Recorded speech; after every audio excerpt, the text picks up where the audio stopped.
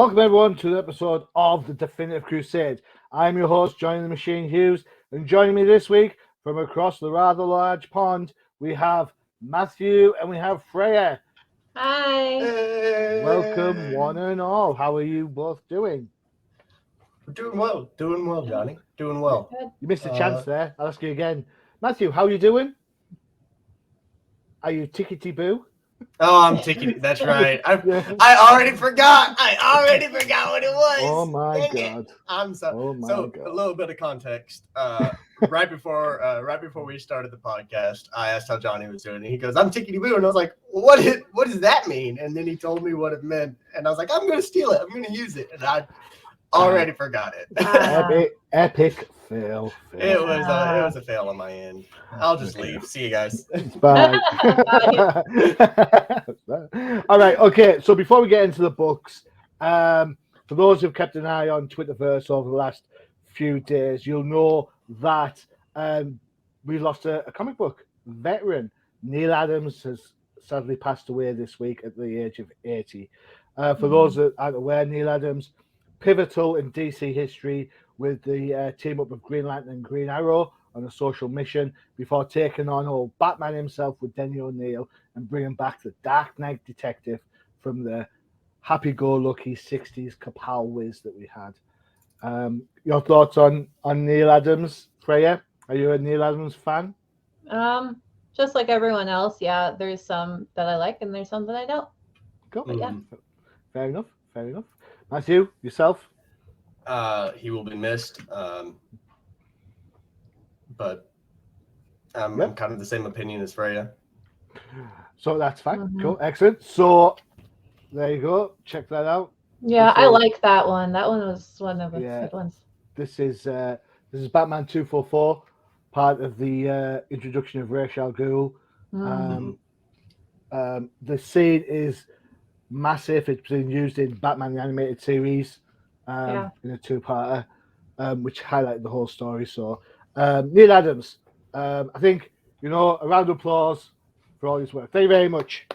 Woo! Round of applause. I'm clapping even though it's not tracing it.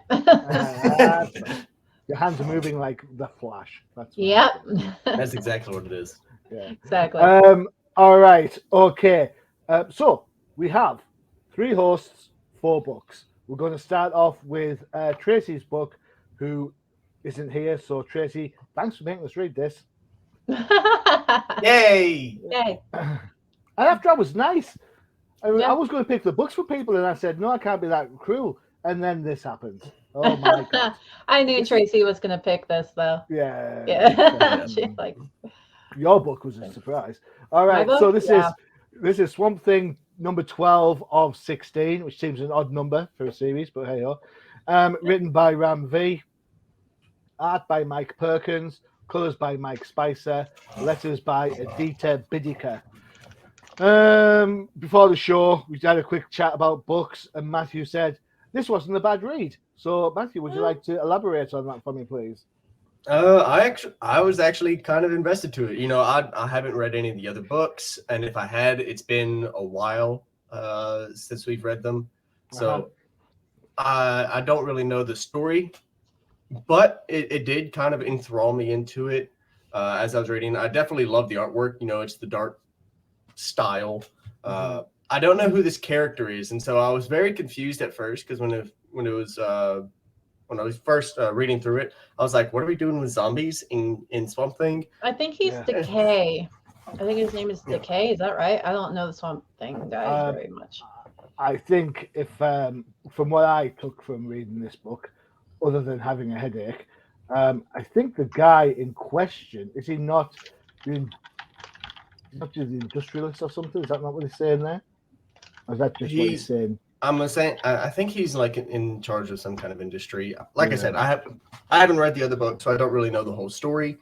But just from the artwork, initially it got me into it.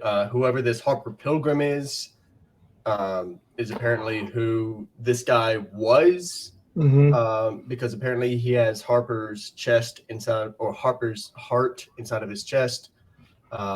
it's an interesting story, and we learn about Swamp Thing's waking up from something. He'd been in a slumber for a while, fighting something off, or one of his friends is fighting something off, and while he's sleeping, they're trying to reawaken him, which brings in this whole Jericho's Rose concept. And that's what the issue is named after, is Jericho's Rose. Essentially, Jericho's Rose is this one bud that is representative of his hope. And it's just kind of funneled into this one thing, and then his friends use that to reconnect him to his human side and awaken him back up, so that way they can fight against whatever this thing is. And then this guy, I don't know who this guy is, but we then pan from Swamp Thing after he wakens himself up to this guy walking through the tunnels of old Detroit. Yeah, that was I don't know. I think this is metaphoric, because the guy in question, the guy they're looking for, is Levi or Levi. Levi. Yeah. Whatever, English, Well, I suppose like the jeans, isn't it? Yeah. Okay. Yeah. Levi is the new Swamp Thing. Oh. Swamp Thing isn't Alec Holland anymore. Levi is the human ID, or the human id inside the Swamp Thing. So this running through the tunnels, I took as metaphoric for Levi and his journey to date, or his journey to battle to date. But like you guys, I've not read this before, so Tracy, you're stitching us up like a kipper here. Well done. Yeah. if that's the case, it makes me even more interested in it, because that's really well done. If it's a metaphorical statement rather than it being something else that's taking place. Yeah. So as he's stepping through the green here, it seems to me that he's like getting drawn in to transform into, and that's where he's getting the morphin time. It's morphin time. Pterodactyl. Swamp Thing. I like that. That's funny. Well, that's what I thought to get that. But, and then we proceed to go through the book, and at the very end, we are introduced to another new character, one that has been reawakened. And she takes on the name of Trinity, and I'm kind of curious to see how this progresses, because I don't. And as far as her backstory, nothing really. No. I don't really know anything other than during the. It says here in July 16th, 1945, when the first nuclear device was detonated upon the white sands, formed and scattered in the heat of the blazing suns. Blah blah blah blah blah blah blah blah blah. There she lied. So they buried her deep under the Alamogordo ground, and she thought nothing of it. And then, after years of staying in that state, she then awakens to Trinity, and that's like at the very last end of the page. But cool. So there you go. Artwork goes. I liked the artwork. It was very very well done. The whole macabre thing of Levi going through and all these what seems to be machines connecting all the bodies. It was extremely dark, which for those who have been listening and watching for a while, I like the darker things. I like the darker artworks. Yeah. So cool. Excellent. Good shout. So a win for you. Would it make you want to go back and pick up the other 11 issues?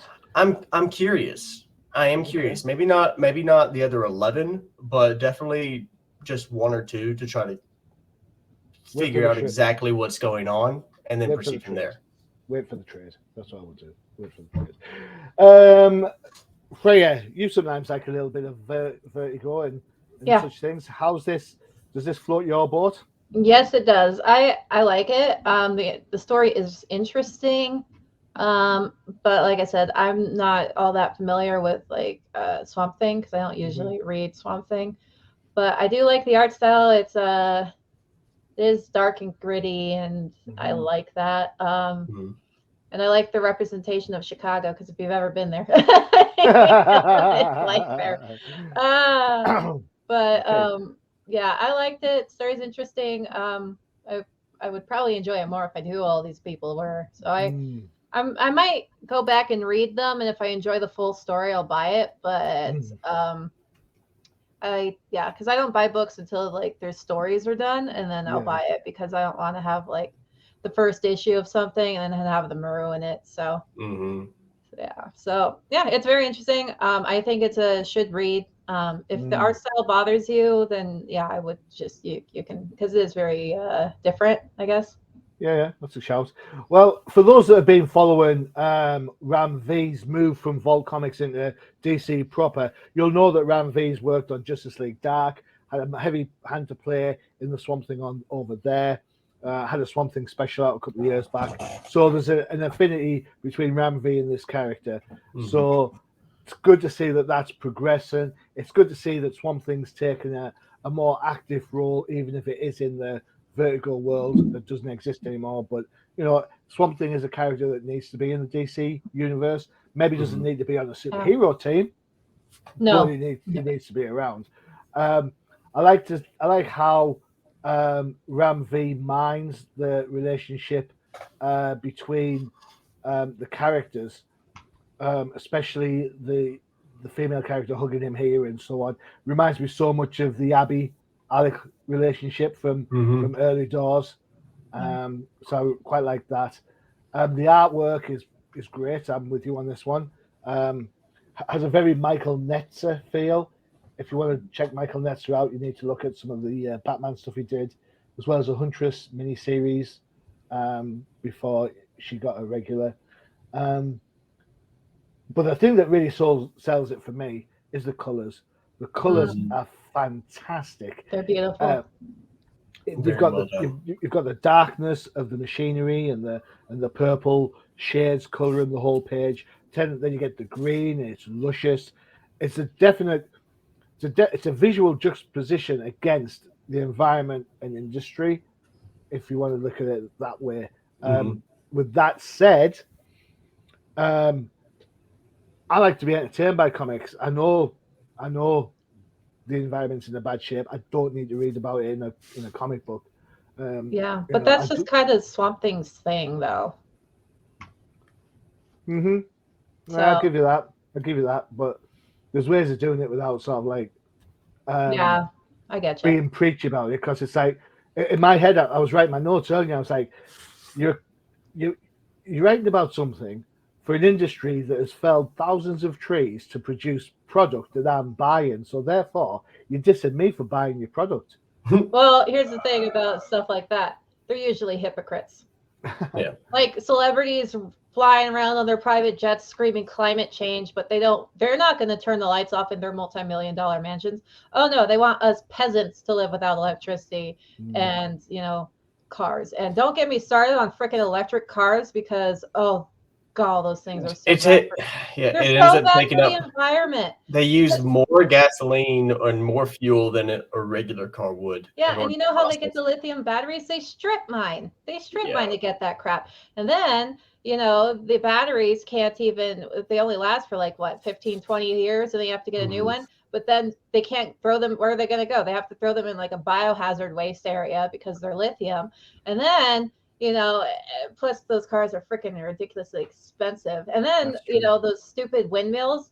Do you know that they kill more? They like slaughter birds in mass. Like they're getting sued for the amount of birds they're killing.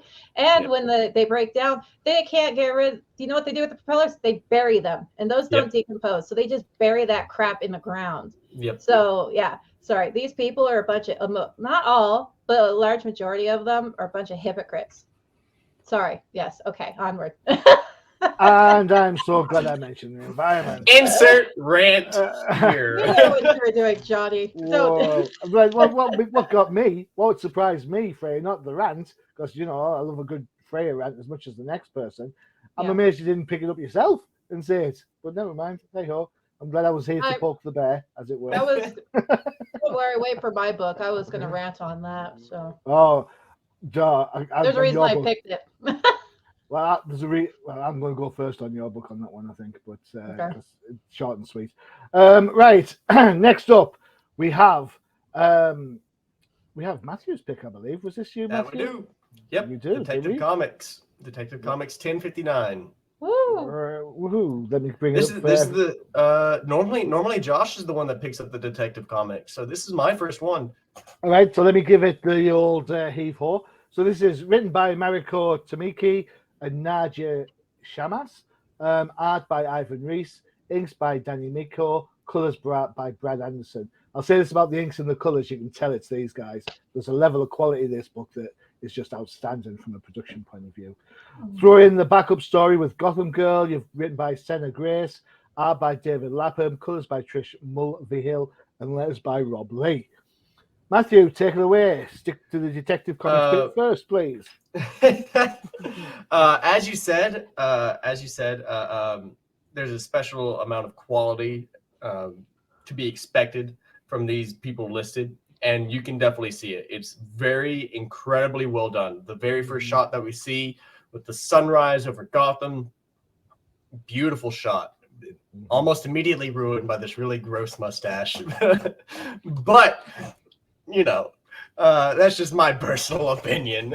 But the story is really well written. As we go through, it's definitely heavily based, as we can assume, around the Riddler, because he's on the second panel and he's apparently got this morning talk show that he is trying to get Batman to listen to, and millions of people have tuned in, and you know, Batman trying to catch the Riddler. He listens to it, but then we spin over to a courtroom where the lady, I'm blanking on her name, Judge. I know it's Judge Donovan. Claire Donovan. Thank you, Donovan. Judge Donovan is trying Martin Ashen, which Firefly, if I remember correctly, I could be wrong, for arson, which Firefly's whole shtick is that he's an arsonist. And then as Firefly was Garfield Lynn's, just saying. Okay. Then I had it mixed up. In my mind, as I was reading through this, I was like, Martin Ashen, isn't he the Firefly? And so that's a mistake on my end then. No, that's cool. Go for it. I like how you're seeing conspiracies. That's really cool. Yep. But then the court takes a break. Bomb is discovered by Judge Donovan. Batman comes to the rescue as always, and just once again, the artwork here is just so well done. Yeah. I just found myself, as I was reading through this, I found myself looking at the artwork and looking at how the bomb is connected to the phone. And it's beautiful. It really, really is well done. Batman takes the bomb, throws it outside. Judge Donovan is now in the hospital because I believe she suffered a concussion. Her mother runs in. They have a whole spat because, as mother-daughters do. Then Bruce Wayne. Yep. Carry on. Yep. Bruce Wayne runs in. And this is after he has lost his fortune. So he is just Bruce Wayne. He is no longer Bruce Wayne, the multi-billionaire. Then he comes in, speaks with Lady Donovan about the whole situation, and then he takes his leave. And he starts hunting down who these people could be, the people who set the bomb. And he finds the first one, a lady by the name of Sarah Pett, who, as he locates her, she openly admits to planting the bomb. Won't say why or other conspirators, but she openly admits that she's the one who did it and takes her in. And it's really weird how she just is like, yep, take me in, please, just take me in, please. I'm done. You caught me. You got me. It's a fair rap. Just take me in, Batman. And then we switch back over to the Riddler doing his morning talk show, and he gives us a riddle, which I thought was really corny riddle because I caught it immediately off the top of my head. What is the call that can only be heard after the fat lady sings? It's a curtain call. And then we pan over to another murder scene, figuring out exactly what happened. Then it switches, Batman's he's following the lead, he's trying to figure it out. And I'm going kind of quick here where I'm saying he's switching from this to this to this to this, but it does it really well in the story and explaining it. And I'm just kind of rushing through here. There's a giant smoke bomb that has gone off, a lot of poisonous gas that is going through, and he hunts down the guy who set off the bomb or set off the smoke bomb. And he goes, "My name is John Harper, and I'm sorry." And then he blows his brains out. So, as I mentioned, talking about Swamp Thing, I really like the dark and gritty aspect of comic books, and that definitely covered it. Just indeed. Definitely covered that part. And Batman's reaction there is very well captured. Yeah, it's a good shout. Very well captured in the artwork there. So, Freya, what did you think? Do you agree with Matthew there? This is a great book to look at? I really enjoyed it. Riddler Radio is kind of weird, but hashtag Arkham City. I mean, he was kind of doing the same thing in the Batman movie. The Batman. The Batman. I actually finally got around to watching it. It's on HBO now. So I still have not seen it. I hated Selena Kyle. I hated it. The Riddler was fine. I liked him. JTT as Joker at the end was painful, and I hated it. Spoiler. Oh, whatever. I haven't seen it yet. Dude, it's on the internet. It's literally everywhere. Yeah. It's a scene that anyway. His laugh was bad. Just everything about his Joker was bad. I hope they recast him because I love Jonathan Taylor Thomas, but no. but no Joker. That's what I want. Let's have Penguin. Let's have a Batman series without any Joker in it. Please. Yeah, exactly. We have so many cool villains. And I'm sick of Selena Kyle because I'm just sick of Catwoman and the Cat Bat, whatever. And she was kind of a, let's say, useless character in it. She didn't really do all that much, to be perfectly honest. I didn't like the casting for her, to be honest, as well. And my dad said the same thing. I was watching it with him. He's like, she's all right. He's like, eh. But honestly, I was surprised with Pattinson. I always call him Edward Cullen. Yep. Or the Harry Potter kid, Cedric Diggory. But Cedric. The boy who died. The boy who died. It was. Spoilers. It was a good movie. I liked how dark it was. I appreciate that because, unless we're doing 1960s type Batman, his villains are pretty brutal for the most part. I'm sick of Joker. I'm sick of Catwoman. And so I think if they do a couple of years skip and do a better, a different villain. Penguin was really well cast. I like Penguin too. Yeah, so, cool. But anyway, back to the comic. I like this book. It was very dark. Not very dark. It was slightly dark, and it had a nice twinge to it. It had a nice little hint of dark, But I'm kind of curious as why they're all turning themselves in, whether it's the Riddler. Some of it has something to do with the Riddler, maybe he has blackmail or he has members of their families and they're doing these things because of that. So yeah, it's interesting. I'll probably keep reading it just because I'm curious about what the crap's going on. But the art is, I really like the art. I could nitpick it, but that would just be mean at this point. So I'll leave that alone for this one because I liked it so much. Well, I'm giving it a pass because the story kind of, I could do it. Not to body shame anybody, but is this Batman or is it Fat Man? I haven't quite worked it out. Excuse me, he is shredded there. Obviously, he's been working them ads. It's the sweater, Johnny. Don't you know that sweaters make you look bigger than you are? Don't you know the camera adds 10 pounds? How many cameras are on him right now? He's got that dad bod. He's getting the dad bod going on. But seriously, if you look at power lifters and people who lift heavy weights, they have large bellies because all of that is muscle.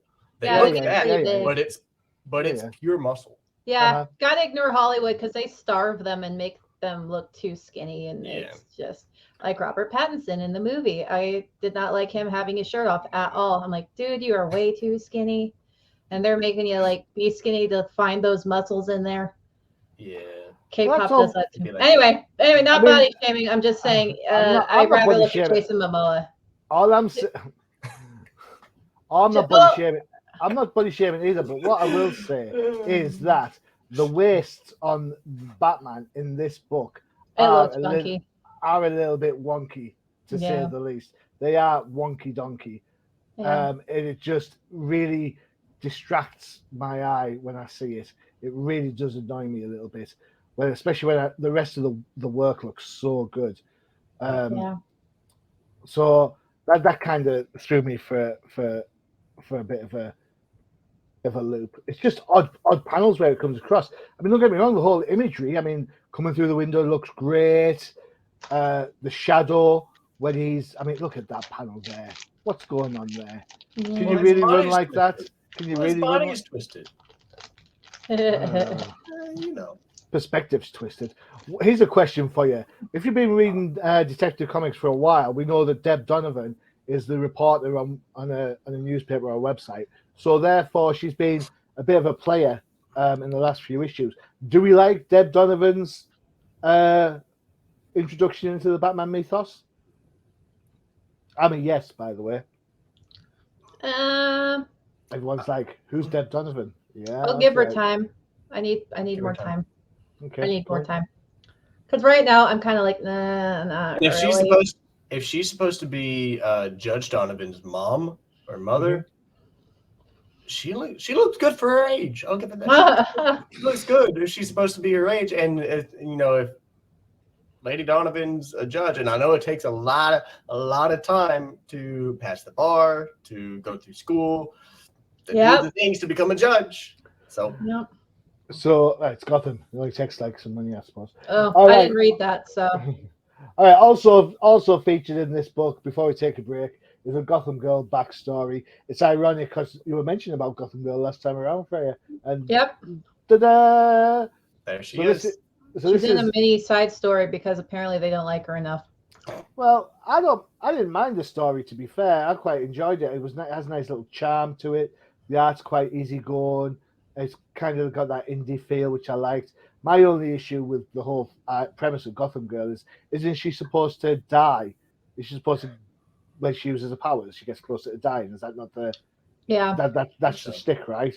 And yet in here she's using her powers willy-nilly. They forgot their own mythos. Okay. So they were like, hey, she's another Supergirl. Yeah. We only want one more Supergirl, and that's Power Girl. I would love to have Power Girl showing up. I would love Power Girl showing up. Bring back Power Girl. And the boob window. I don't think any of us would complain. Boob window. Yes. Bring in the boob window. She needs it. None of this diversity. Women, for the real world, some women have big boobs. Yeah, I have a friend who's an H and I have a friend who's an I. Those are big sizes. I know. So, I know my sizes. And it's natural. They didn't get anything done. Actually, the one who was a size H got a reduction, so now she's just a double D. But wow. Yeah. There you go. Cool. I think she's that's what the size is. Anyway, I haven't asked. Brilliant. Okay, cool. So if you're missing your Gotham Girl, she's there. I thought it was all right. Frey, you said you didn't read it. No. Matthew, did you read the last Gotham Girl bit? I skimmed through it.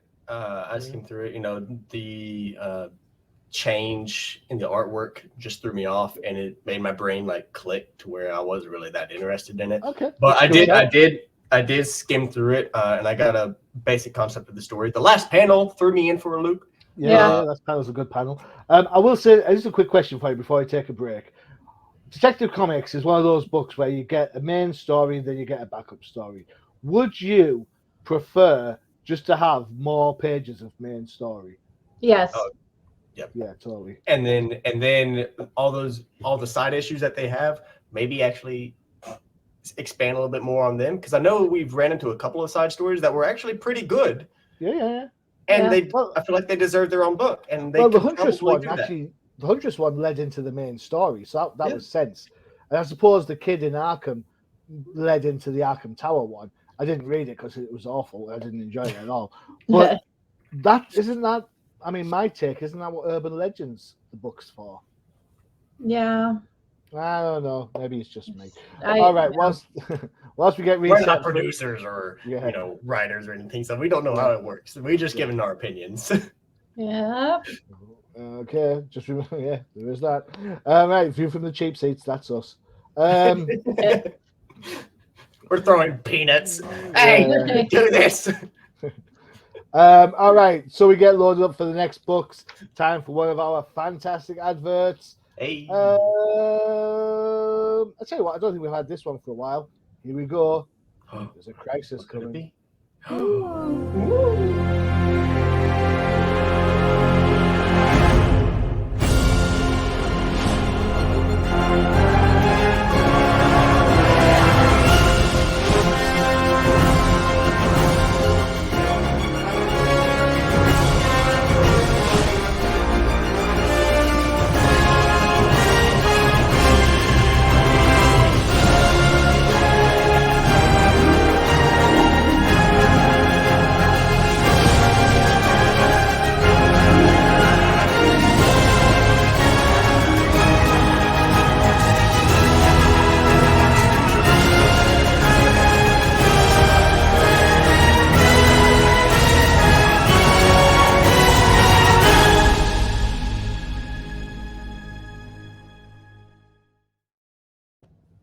Crisis in Freyja. Woo!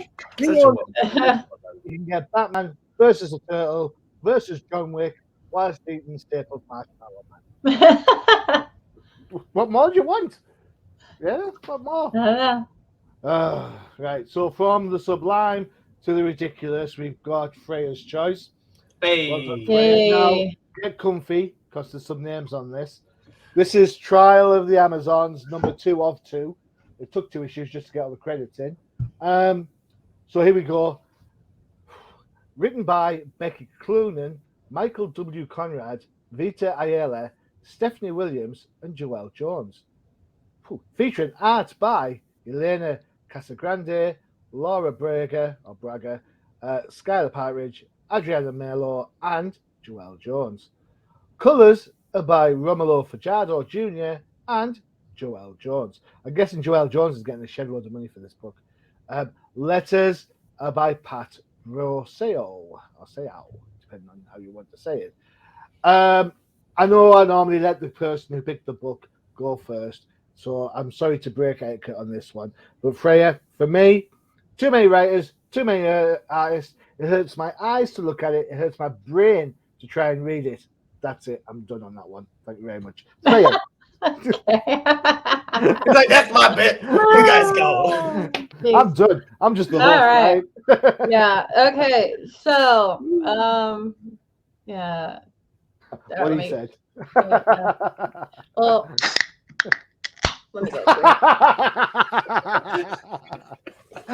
I gotta pay for this one.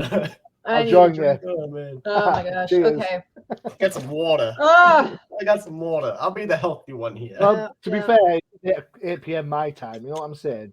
You know what I'm Yeah. saying? Fair, Yeah. fair. oh, did anyone read the first one just to catch up? Was there a first one? Yeah, we Well, had this a is first issue one. 2 of 2. Oh, This issue. is Oh, issue no, two no, I of two. didn't. So, No. let me just ruin issue 1 for everyone. So, issue 1 ends with Diana's mom being killed, right?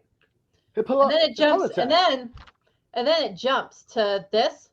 This is what it jumps to. So I was incredibly confused because last I saw that they were all eating dinner at a banquet, and Diana's mom was murdered, and that was it. There was no ink monsters, nothing. So I was incredibly confused about what was going on. So I'm like, is this not issue 2?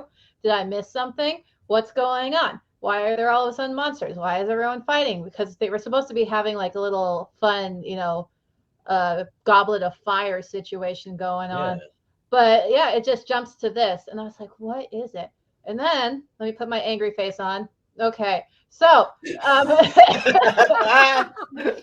on, I've got to see this. Let's see. Let me put my angry face show me your on. angry face again. I love it. Well done. Very So well I done. actually found the reading order for this stupid story that would make sense. So how you're supposed to read this, and I don't think they tell you. So you start off with Trial of the Amazons issue number 1. Then you go to Nubia and the Amazons number 6. Then you go to Wonder Woman number 785. And then you go to Trial of the Amazons Wonder Girl issue number 1. Then you go to Wonder Woman number 786. Then you go to Trial of the Amazons Wonder Girl number 2. And then you go to Trial of the Amazons issue number 2. That's the reading order. That's how you understand the story, because they didn't just do like, oh, extra little side things. No, they did the actual main story in all of these different issues. So if you don't read these and you just read 1 and 2, you don't know what the crap just happened. You just get teleported to the very end of the story.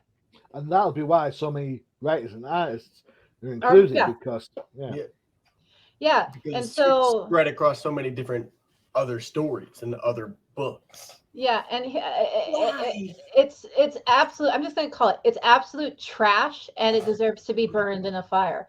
Because who thought that it's a good idea to have a story go and say, "Oh, this is issue 1 of 2," and then do 2 of 2. But they don't tell you, "Oh, you need to read these 6 other books, or else you don't know what the crap's going on."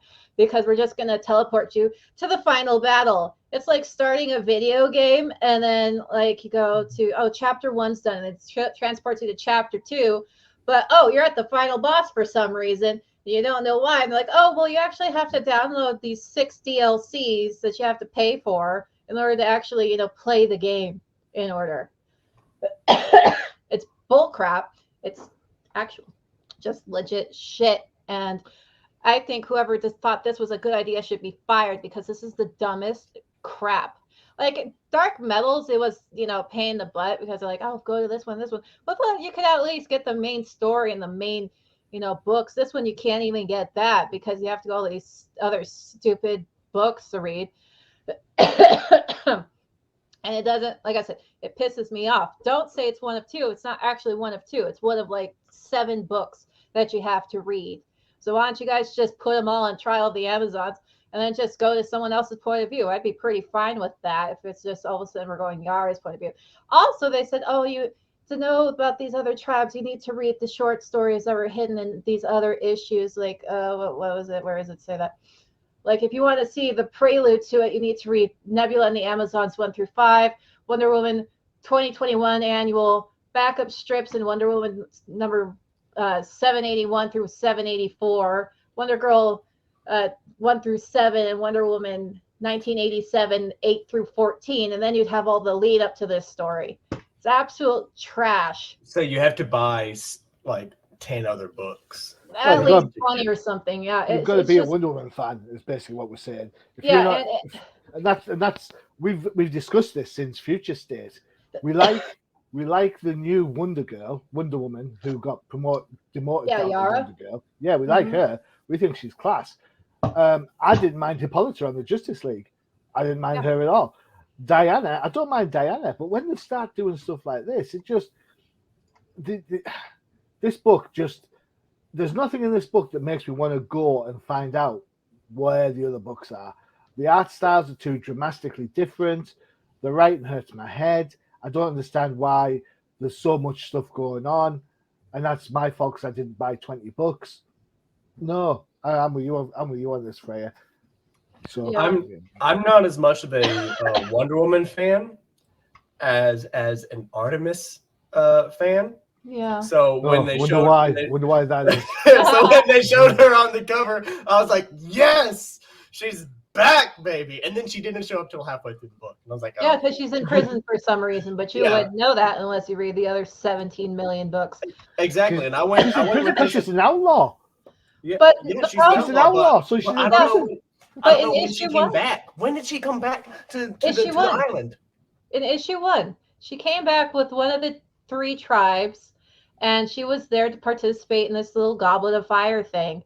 So she was there. She was with one of the tribes, and it was fine. So having her in prison all of a sudden didn't make any freaking sense because that they knew that she was there. And then Yara showed up, and so it was just like the only thing in this book that I liked was the encounter. Well, actually, let me do this first. So when they're at the wall on page, what is it? Page 17? 17, with the little little demon monster coming out of the doorway. I can't see what page I'm on there. 17, I think. 13. 17. One before. There you go. Yeah. Can you read what the monster's saying? Because I can't freaking read it, and I have gotten so close to it. Because what's the point of having word bubbles if you can't read them? No, what are you doing? One by one, every Amazon will fall. I shall take you all down with me. I refuse to be interred again. I assume it's again, but it's again. Again, I'm looking at it right now. It's on the screen. But if you have to zoom in on it to be able to read it, what's the point of having it? We literally had to zoom in on this crap because of how the lettering and the coloration is. You can't read it unless you put it right up against it. And we're viewing it on our computers. If you had like an actual copy of this, you'd have to like really look into it. It's actual trash, and like I said, I hate this whole thing. The only redeeming thing I liked was the Yara Wonder Woman interaction. That was cute. That was funny. I'll admit it. Yeah, I liked that interaction, but then again, it's because I like Yara's personality. Wonder Girl? What do you mean? I'm just a girl? I was just trying to, be respectful. I'm 20. Yeah, she's like, I'm in my 20s. What do you mean? Yeah, I like her. She's look at that. It's to be continued in the Nubia Coronation Special. There you go. Oh, for crying out loud. Is that what it says?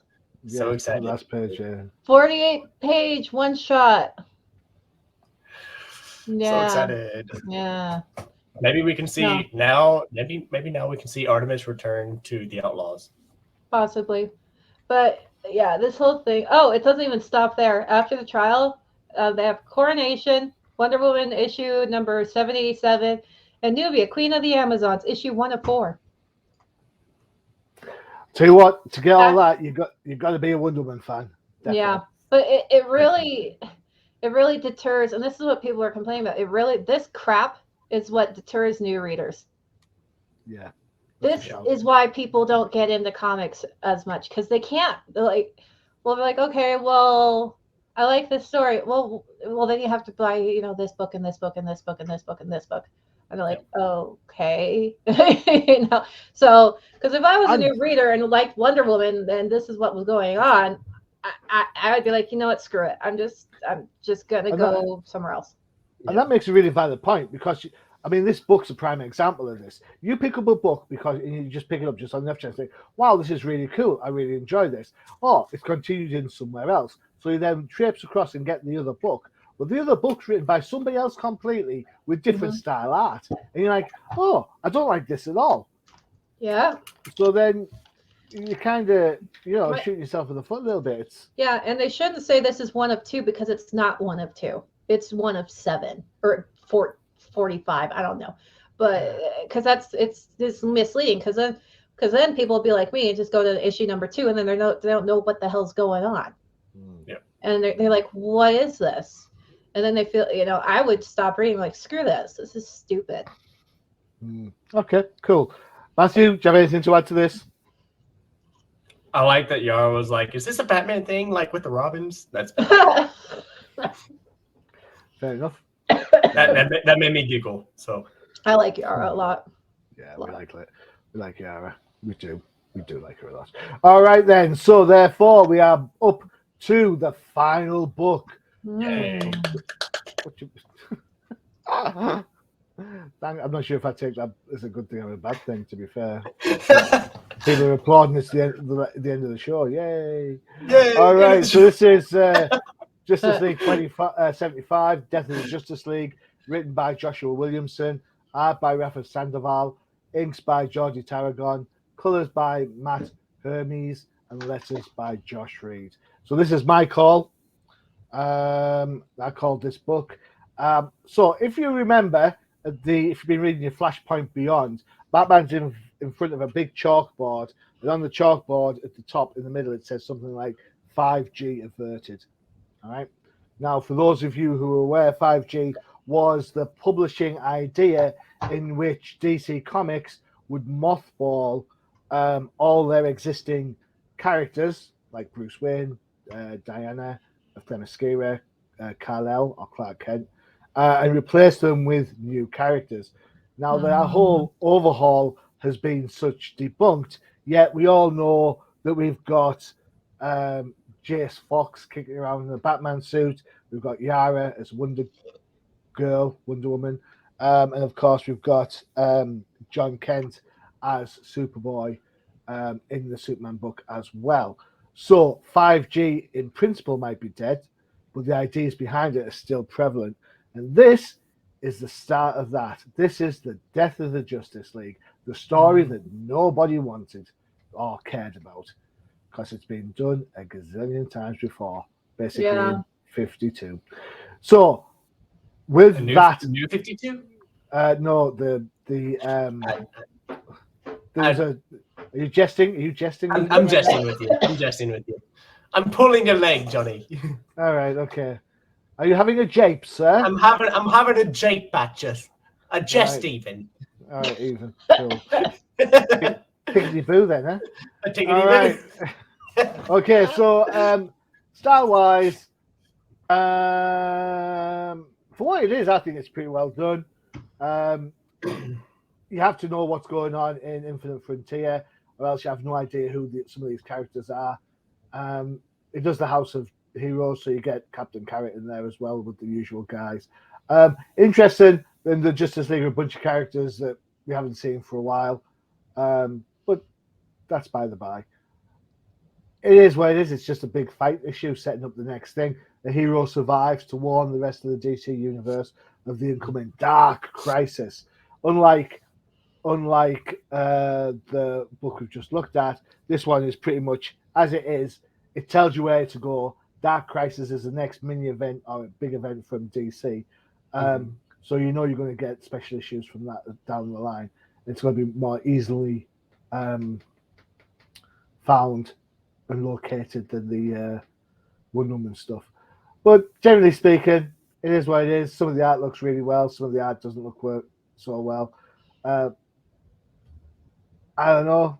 I was just kind of like, we should really talk about it because it's like a big thing. But look at that. Oh, Batman symbols back to that. Yeah. Yeah. And then, of course, halfway through the book, you get the inevitable death of some characters. Nice picture, Oliver. Who dies first? Oh, Green Arrow dies first. And then there you go. There you go. The Trinity bite the bullet. Yep. There you go. Cool. Pariah's like, ha-ha! Baha! Matthew. Anyways. I'm of the same opinion as you, Johnny. It's a fight issue. It had some good artwork. I did enjoy the artwork. I really like in this panel in particular. I like the separate panel showing like the fading or the disintegration that they are going through. Mm-hmm. I think that's really cool. Cool. Points.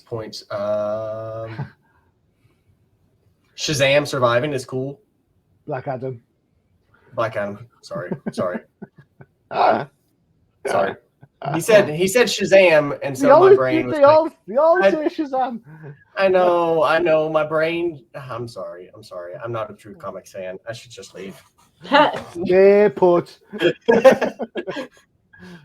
We're already down 2 people. I can't have another one going. He doesn't want to be left alone with me. He's scared. I'm still scared from last time. I know. And I still haven't got my cheesecake. You're never getting your cheesecake, Johnny. You're in England. You're too far away. Let me just change my holiday plans. No more cheesecake. Scratch that out. Yeah. But it's an issue. It's an issue. It is a lead up. It's an issue. It's a comic. It's got it is a comic. Well said. Well done. Freya, is there anything? What were your thoughts on this book? Bearing in mind you've just dished the crap out of a Wonder Woman book for being a lead-in book. Colors are nice. It was boring. Okay. I was bored. I was like, oh, we're doing this crap again. Okay. I will have to say I'm very interested in the prehistoric thing. You know, the little tag that they had at the beginning. I am curious of the Jurassic League. Jurassic League? Oh my gosh. Yeah. Sorry, I didn't mean to interrupt you, Freya. I just now I'm curious about this. No, I'm leaving. No, it's fine. It's just I don't know. I don't know why they want to. No one wants to kill off the main three. Like who is in charge? Who is in charge? Because also that freaking Canary's face back a couple pages ago was just. I hate when they do that. I understand why they do it, but I hate it. But she has like the little line. I don't know what's wrong with her face. Like she has the line and the dots for her face for some reason. I'm like, she's the main focal point in this. At least, take some time and give her a decent face. She's literally just like, meh, meh, meh, It's just, but I just don't get it. It's because it's so frustrating. I'm like, why are we doing this again? Why? No one wants the Justice League to die again, unless you're going to do something, awesome, which I kind of doubt. It's just feels like they're trying to get rid of the Trinity so they can replace them with some other characters. The next Batman, Yara and John Kent. There you go. Nobody wants that though. Like, well, maybe some people, but like, who? They're already having problems with people liking freaking Jace, right? Jace. Yeah, Jace. Because it kind of like I always have. The main problem with Jace is that it feels like he doesn't deserve it. He doesn't deserve the cowl. Because he's just some random dude that they popped out from the 70s, to come and replace. Like, I would have been fine if it was Duke, but it's not Duke. It's some random Fox kid that nobody cares about, And honestly, if anyone's going to be replacing Batman, I'd rather have it be Damian or Dick Grayson. Maybe Jason Todd. Who knows? It will never be Jason. No, I know. It will never be Jason. Jason has a completely different. Thing about him. It'll never be Jason, but it's just ridiculous. And I don't know. You're trying to get rid of your flagship characters because why? Get rid of the popular characters? Because nobody cares about them if they change the unpopular ones. You change the popular ones and you get lots of PR, you get lots of press, you get like, "Ooh, Batman, Bruce Wayne's not Batman anymore." Yeah. Well, who cares about the press? They're a lot of. Anyway. Well, that's how people make. Every time a comic book makes the evening news, it's the publisher thinks it's a good thing because people are now talking about comic books. Yeah, but people aren't buying comics. Who cares if they're talking if no one's buying? Isn't the point of a company to make money? And that's a good point. That's a really good point. I was talking to Lucas over on MPP, and he was saying how DC haven't had a good speculator hit in ages. And that got me thinking, it's all right, well and good, publishers having great speculator hits, but that only works for retailers. Publishers don't care. A publisher sells a book, even if it's like a 1 in 25, 1 in 50, 1 in 200 comic, they're selling that to the publisher at normal price. What they're saying is, for every 200 copies of a book you buy, you will get this variant cover. Well done. It's at the same price. You don't pay any extra for it. It's the same price.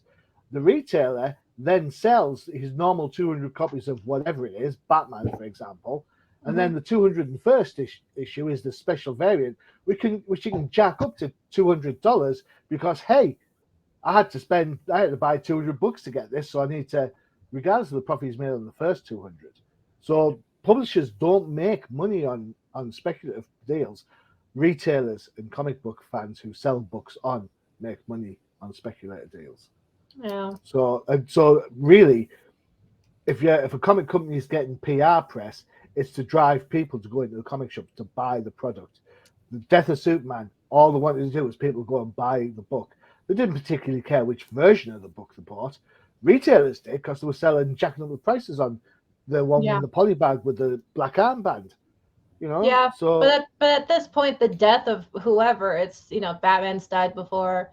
yeah, I was just Superman's died before. I'm like, it's nothing. It's not shocking, and that's why people say no one stays dead in comics, because they're just gonna bring them back again. The death of Superman and all that was shocking because they didn't kill him off before. Batman having his back broken and killed by Bane, but then they brought him back, obviously. That was shocking because they didn't do it before. But now they have killed the Justice League how many times? Like, yeah. It's I get it. I understand what you're talking about, but and my whole thing is, though, trying to replace the flagship character with another character, it's not going to work out for you, because there's a reason they're the Trinity, because I love Yara, I really do, but having her replace Diana, I mean. Nah, I mean, and I love the whole Batman and Robin with Dick Grayson and Damian, but that's because they had great chemistry in those books. But it's just I think replacing the most popular characters you have is kind of a stupid idea. I think trying to build up your new characters as their own thing and not like as replacements would be better. I like original characters if they're well written, because you just have to take time with your characters and actually write them properly. You can't throw a character out and go, why aren't they as popular as Batman? I'm like, because Batman's been around for almost 100 years at this point. They're not going to be as popular as Batman. Sorry. Yeah. You need longevity. There's very few major icons out there that are as popular as Batman. Yeah. That's a given. And that's across anything. That could be movies. At this point, I'd say, at this point, I'd say he's better. He's more well known than James Bond. But hey ho. Yeah. Cool. Right, there you go. Four contentious books. Yeah. You blurred out my fingers so it looked like I did a rude gesture there. Cool. 4, yeah. That's what we did. Oh my God. Sorry. What is going on? All right, there you go. That's it for another show. Don't forget to check out the rest of the UCPN for all your favorite podcasts, including the Old Timers Comic Book Show, where the hosts aren't old, despite what Freya says, but the comics most certainly are. And of course, Matthew. At the Jank Think Tank, where we discuss Magic the Gathering, whether it be cards, combos, or even doing gameplay. And of course, our sister show, MPP, the No Prize Podcast, for all your Marvel, DC, I always say Disney, Marvel, comics, cinematic, and Disney universes. There you go. Matthew, thank you for hanging out. Oh, yeah, as always. Freya, thank you for hanging out. I love your angry face. Do you have another angry face dead quickly for everyone? You want an angry face? Angry face. There you go.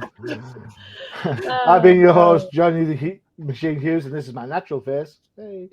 All right. So don't forget to check us out in a couple of weeks for even more DC comic news. Adios. See you.